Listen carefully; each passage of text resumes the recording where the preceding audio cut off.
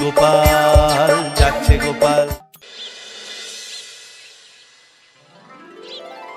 সত্যি এই বছর আমাদের কৃষ্ণনগরে ঠাকুর মুখ তুলে চেয়েছেন। হ্যাঁ মহারাজ, ধান একেবারে পরিপূর্ণ হয়েছে। তা কবে ধান কাটা হবে পুটির বাবা? ধান তো একেবারে পেকেই এসেছে, সপ্তাহখানেকের মধ্যে ধান কাটতে হবে। বেশ বেশ, তাহলে তো ভালোই হলো। এই মাসের শেষের দিকেই তো নবাব বাহাদুরকে শস্যের খাজনা পাঠানোর কথা। হ্যাঁ মহারাজ, এবারে নবাব বাহাদুর খুশি হবে। ঠিক বলেছ গোপাল।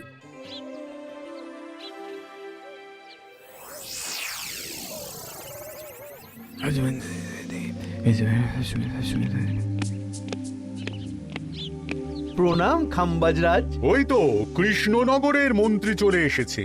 ও, এর কথাই তুমি বলেছিলে? হ্যাঁ, ওই রাজ্যের সব খবরাখবর আমায় দেয়। ইনি কে? ইনি হলেন জমিদার কেশকান্ত বর্মন, আমার রাজ্যেরই দক্ষিণ পশ্চিম গ্রামের জমিদার, আমার প্রিয় বন্ধু। নামটা বেশ অন্যরকম, কেশকান্ত। আসলে ওদের বংশ পরম্পরায় সকলের উন্নত ঘন কেশ আছে, তাই ওদের পরিবারের সবারও নামে একটা করে কেশ আছে।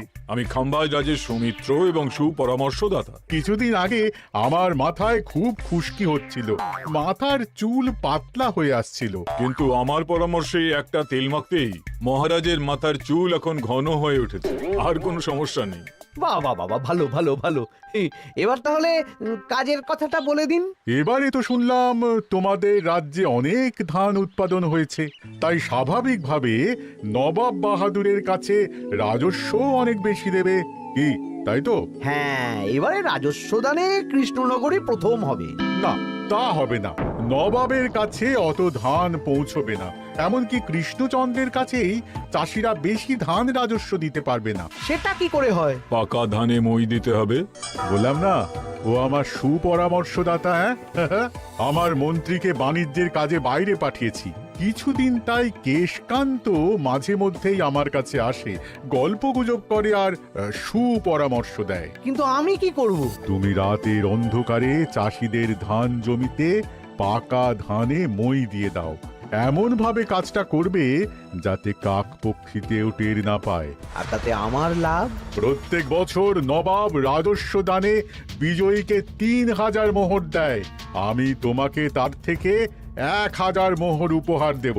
১,০০০ মোহর? হ্যাঁ হ্যাঁ, যাও যাও যাও, কাজটা শুরু করে দাও। আচ্ছা।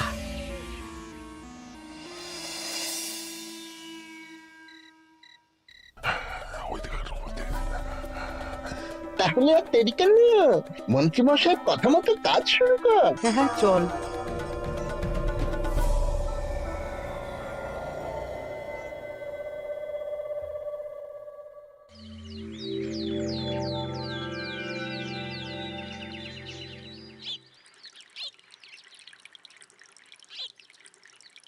এবারে তো চাষাবাদ বেশ ভালোই হয়েছে।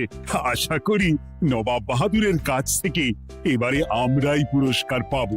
হ্যাঁ মহারাজ, সারা বাংলায় কৃষ্ণনগরের মতো উৎপাদন এই বছরে কোথাও হয়নি। সর্বনাশ হয়ে গেছে মহারাজ, সর্বনাশ হয়ে গেছে। কি সর্বনাশ হয়েছে গো পুটির বাবা? গতকাল রাতে আমাদের সব জমির পাকা ধানে মই দিয়ে দিয়েছে। সে কি? এবার আমরা কি করব মহারাজ? কাদের কাদের জমিতে হয়েছে এসব? যেই জমিতে তাকাবেন সেই জমিতেই এই কাণ্ড, ধান ঝরে সব মাটিতে পড়ে আছে। এবার আমরা কি করব? হায় হায় হায়, এবার আমাদের রাজ্যের কি হবে? নবাব বাহাদুরকে তো জবাব দিতে পারবো না। বড় বিপদ হয়ে গেল, রাজ্যে গ্রহের প্রকোপ নেমে এলো। ও, আর কদিন পরেই আমার টেকে আসবে ১,০০০ মোহর। ঠিক আছে, তোমরা সবাই এখন বাড়ি যাও। না, আমার মন মেজাজ ভালো নেই।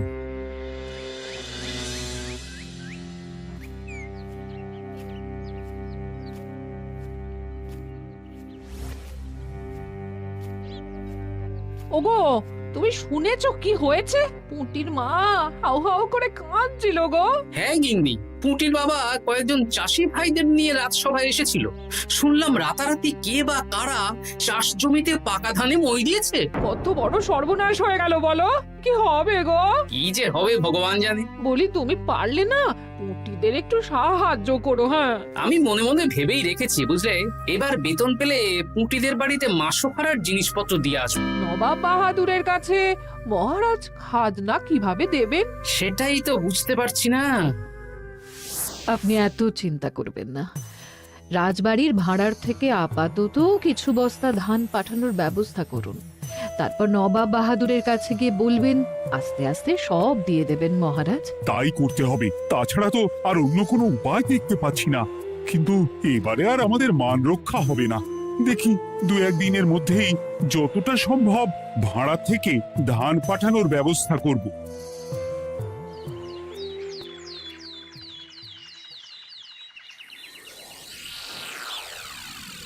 এই বছর 10,000 বস্তা ধান রাজস্ব এসেছে খাম্বাজ রাজ্য থেকে, 7,000 বস্তা ধান এসেছে বর্ধমান রাজ্য থেকে, আর মাত্র 100 বস্তা এসেছে কৃষ্ণনগর থেকে।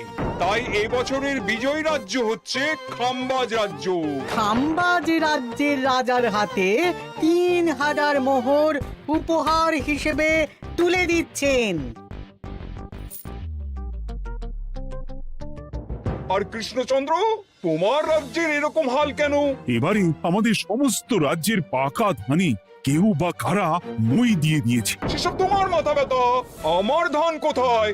100 বস্তা ধান রাজস্ব, কম করে 800 বস্তা ধান রাজস্ব দেওয়ার কথা, কিন্তু তুমি তোমার কথার খেলাপ করেছো।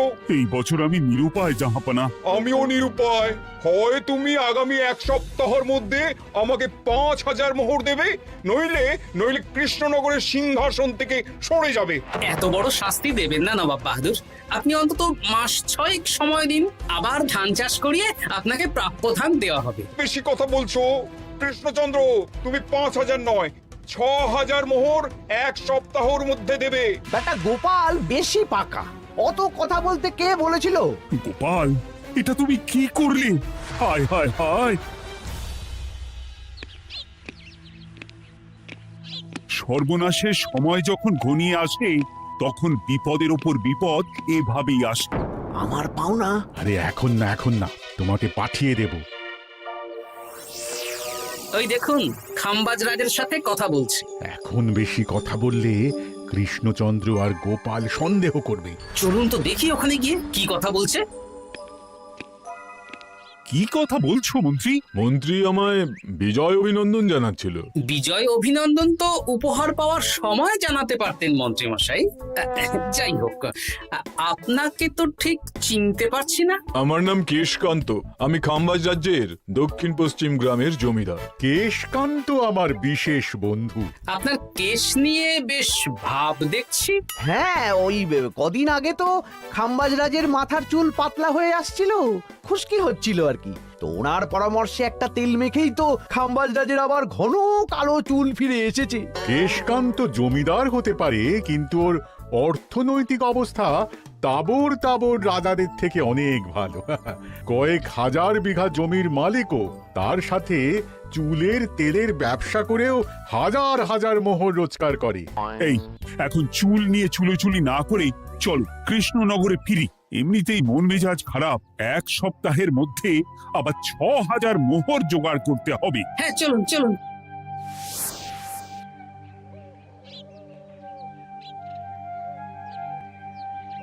আচ্ছা মন্ত্রীমশাই, আপনি এই কেশকান্ত জমিদারের ব্যাপারে এত কিছু জানলেন কি করে? ওনার সাথে তো আমাদের আজই প্রথম দেখা। হাওয়ায় কত খবরই ভেসে আসে, সেরকম আমার কানেও এসেছিল। সব বাদ দাও।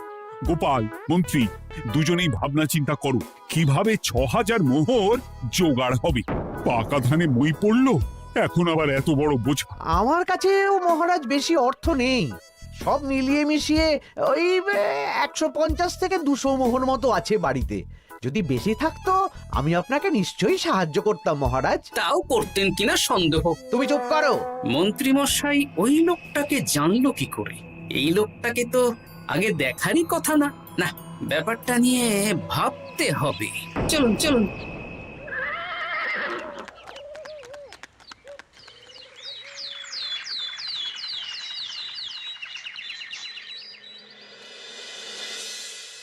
বুঝলে গিন্নি, 1 সপ্তাহের মধ্যে মহারাজকে 6000 মোহর জোগাড় করতেই হবে, নইলে সিংহাসন ছাড়তে হবে। এখন কিন্তু আমাদের উচিত মহারাজের পাশে দাঁড়ানো। কিছু ভেবেছো কি?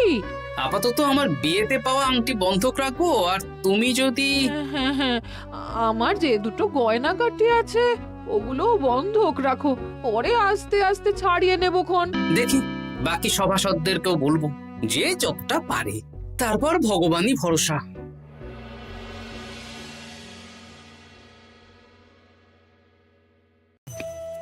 আপনি এত চিন্তা করবেন না মহারাজ। চিন্তা না করে কি আর কোনো উপায় আছে?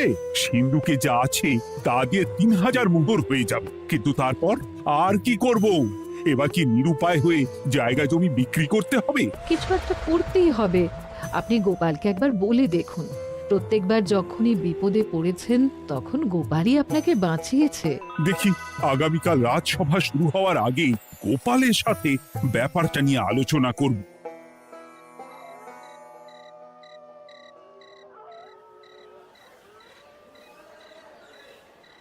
এই যে শ্যাকরা, কি করছো? এই তো, বলুন। শোনো, আমার গিন্নির জন্য একটা হীরের হার বানাতে হবে, ওই 1000 মোহরের মধ্যে।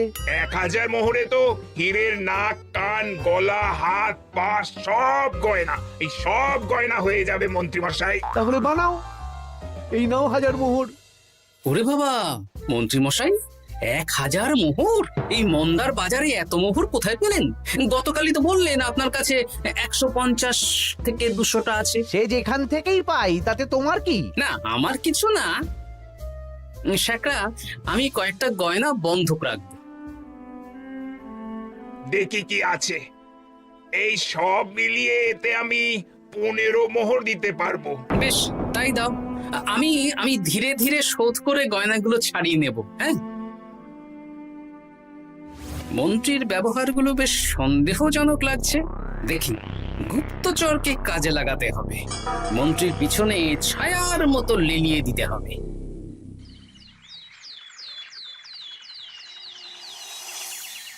মহারাজ, আমি চেষ্টা করছি আপনার এই মোহর কিভাবে জোগাড় করা যায়, আপ্রাণ চেষ্টা করছি। দেখো বা, আমি 3000 মোহর পারবো, কিন্তু তার বেশি হলে জায়গা জমি বেচতে হবে, হাতে যে বেশি দিন সময়ও নেই।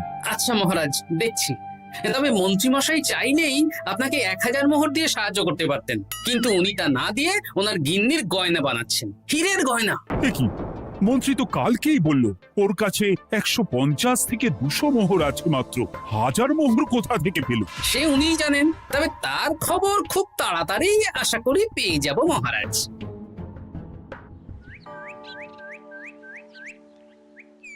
কাজটা একদম ঠিক করলেন না মন্ত্রী মশাই? আপনার কথা শুনে আমরা সবার জমির পাকা ধানে মই দিলাম, কিন্তু আমরা একটা পয়সা পেলাম না। আপনি যে এই কাজ করার জন্য খাম্বাজ রাজার কাছ থেকে ওই 1000 মোহর উপহার পেলেন, সেটা দিয়ে গিন্নির গয়না বানাতে দিলেন, কিন্তু আমাদের বেলায় লবডঙ্কা। তোদেরকেও দেবো, একটু সবুর কর, আগে গিন্নির মাথাটা ঠান্ডা করি। না না, আমাদের এক্ষুনি চাই। আরে এক্ষুনি কি করে দেবো, আমার হাত খালি। আচ্ছা আচ্ছা, ঠিক আছে, এই নে 2 মোহর ধর, 2 ভাই ভাগ করে নি, পরে আরো দেবো। এটা কিন্তু ঠিক না। এসব আলোচনা খোলামেলা জায়গায় করা উচিত না। উফ, পরে তোদের সাথে কথা বলবো, এখন যেতে দে, বাজার করব, তারপর আবার রাজসভা আছে।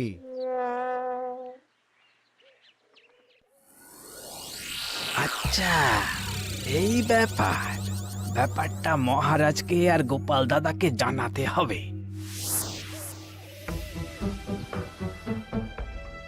গোপাল দাদা, মহারাজ আসল খবর পেয়ে গেছি। কি খবর? আমি একটু আগে শুনলাম। কাজটা একদম ঠিক করলেন না মন্ত্রী মশাই? আপনার কথা শুনে আমরা সবার জমির পাকা ধানে মই দিলাম, কিন্তু আমরা একটা পয়সা পেলাম না। আরে তোদেরকেও দেবো, একটু সবুর কর। মন্ত্রী, আমি না তোমাকে বেরেই ফেলবো। মহারাজ, মন্ত্রী মশাই এখানে গৌণ, উনি অর্থের লোভে এসব করেছেন, আর ওনাকে দিয়ে করিয়েছেন খাম্বাজ রাজ। হ্যাঁ, যাতে এবারে বিজয়ী হতে পারেন। তাই আপনি এই খবর 5 কান করবেন না মহারাজ।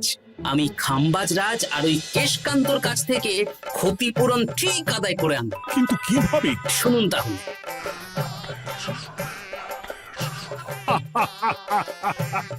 দারুণ বুদ্ধি। তাহলে এখন আসি মহারাজ, কাউকে কিচ্ছু বলার দরকার নেই। আপনি শুধু আগামীকাল সন্ধেবেলা খাম্বাজ রাজের দরবারে চলে আসুন, পারলে নবাব বাহাদুরকেও সঙ্গে করে নিয়ে আসুন। হ্যাঁ,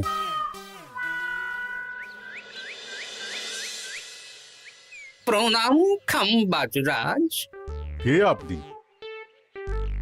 আমি হতাশ রঞ্জন, পশ্চিমে থাকি। কি চাই বলুন?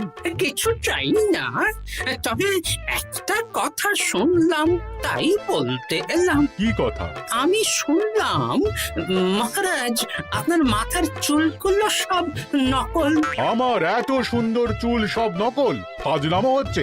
আমি যদি প্রমাণ করে দিই আপনার চুল নকল, তাহলে কি? তাহলে আপনি আমাকে 100 মোহর দেবেন, আর প্রমাণ না করতে পারলে আমি আপনাকে 100 মোহর দেব। বেশ, দেখো, এক্ষুনি দেখো, আমারই তো 100 মোহর লাভ হবে। এখন না, এখন না, আজ সন্ধেবেলায়। বেশ বেশ, তখনই এসো। এবারে জমিদার কেশকান্তর বাড়ি যেতে হবে।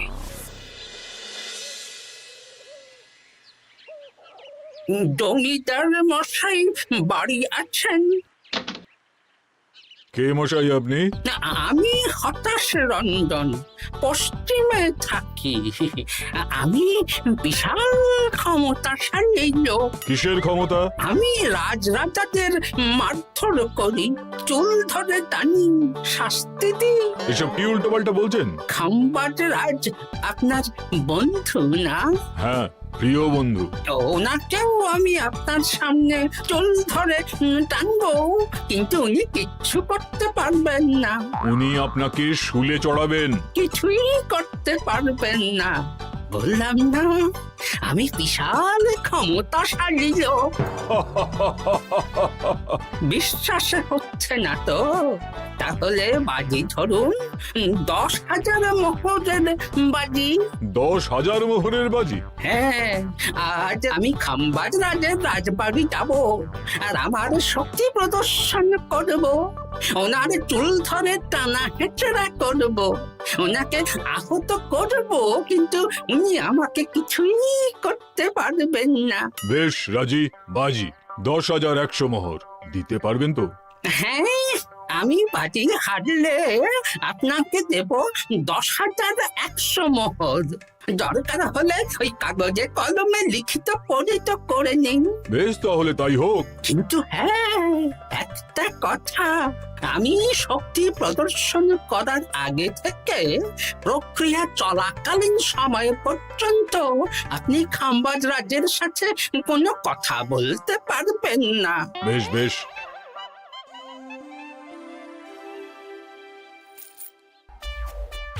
তাহলে শুরু করি।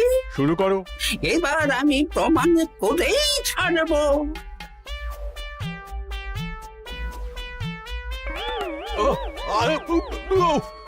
লাগছে লাগছে, বাবারে, লাগছে এই সেরেছে। লাগছে, এ তো সত্যি সত্যি চুল ধরে টানছে। লাগছে লাগছে, বাবারে, বাবা। ওরে বাবা রে বাবা, কি শক্ত! এ কি, খাম্বাজরাজ কিছুই তো বলছেন না? তাহলে কি আমি হেরে গেলাম? না না খাম্বাজ রাজ, আমার ধারণা ভুল, যা শুনেছি তাও ভুল।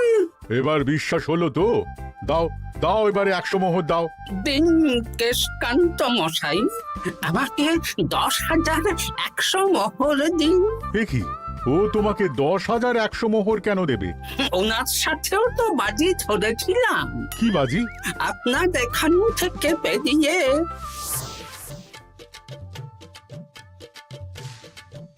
এবারে দিন তো দেখি, সব কাগজ কলমে লেখা আছে। এই নাও। হায় হায় হায় হায়। সাবাস গোপাল, সাবাস, তুমি আমার মুখ রক্ষা করেছো। গোপাল, কৃষ্ণচন্দ্র, নবাব বাহাদুর, আপনারা? হ্যাঁ, আমি গোপাল, এটা ছাড়া আর কোনো উপায় ছিল না খাম্বাজরাজ। আপনি আমাদের মন্ত্রীর মাথা খেয়ে যে জঘন্য কাজটা করিয়েছেন সেটা তো আর প্রমাণ করতে পারতাম না, তাই ছলে বলে কৌশলে আপনার প্রিয় বন্ধুর কাছ থেকে আদায় করে নিলাম। হ্যাঁ নয়, হ্যাঁ।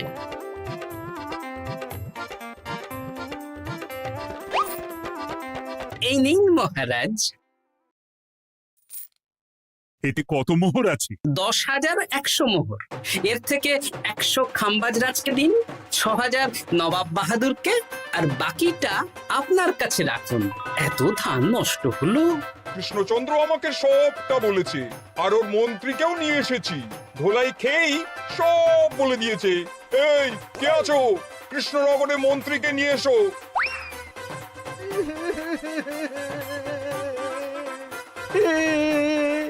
মার খেয়ে আমি সব বলে দিয়েছি খাম্বাজরাজ। উদ্ধার করে তো জাহাপানা, আমাকে ক্ষমা করে দিন। এর কোনো ক্ষমা নেই, তোমাকে আমি কারাগারে বন্দি করব। হায় হায় হায়, সামান্য টাকার লোভ করতে গিয়ে পুরো মাঠে মারা গেলাম।